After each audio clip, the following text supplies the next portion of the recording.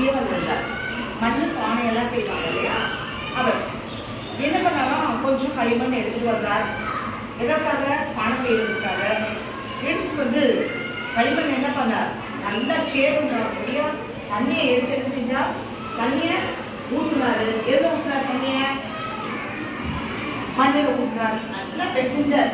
பெசஞ்சிட்டு என்ன பண்ணார், நல்லா அழுத்தினார். அழுத்தினா மண்ணுக்குள்ள என்ன வந்துச்சு, கல்லு நூறு எல்லாம் பிடிச்சி இழுத்தார். வேண்டாததெல்லாம் இழுத்தார். உடனே அது என்ன வந்துச்சு, மண்ணு.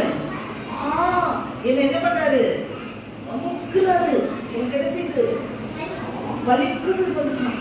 அடுத்து ஐயோ என்ன உருவாங்க, மூளைக்கு கையிலாம் மண்ணில் இருந்து எடுக்கிறாங்க, எனக்கு வலிக்குது அப்படின்னு சொல்லி என்ன செஞ்சிச்சான், களிமண் செஞ்சான். அடுத்து குயவன் அந்த மண்ணை எடுத்துட்டு வந்தாராம்.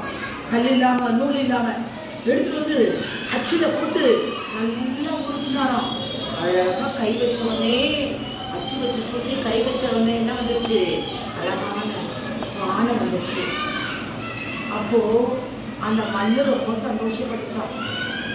ஆஹா, நானு வலிக்குதுன்னு சொன்னேன், என்னை போட்டு குயவன் என்ன செஞ்சாரு, பாத்துருவாங்க அழுத்துனாரு, கிரஷ் பண்ணார், ஸ்மாஷ் பண்ணார்.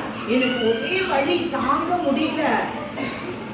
ஆனா என்னை பிடிச்சு உருவாரு, ரொம்ப வலி வேதனையா இருந்தது, நான் ரொம்ப அழுதேன்.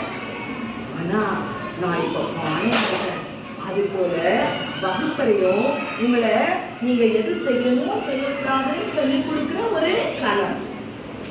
இங்க நீங்க உருவாக்கப்படுறீங்க. இது உங்களை உருவாக்குகிற மேடை. நீங்க என்ன செய்ய போறீங்க, சமுதாயத்துல எல்லாத்துலயும் நீங்க தான் வருங்காலத்துல ஒரு மருத்துவராக, ஒரு ஆராய்ச்சியாளராக, ஒரு அறிவியலாளராக தான் வர போறீங்க. அதனால நல்ல பழக்கங்களை நீங்க என்ன செய்யணும், இங்க கத்துக்கணும். சரியா? முக்கியமா நல்லா புரிஞ்சதா? அதுபடி இருப்பீங்களா? நீங்க யார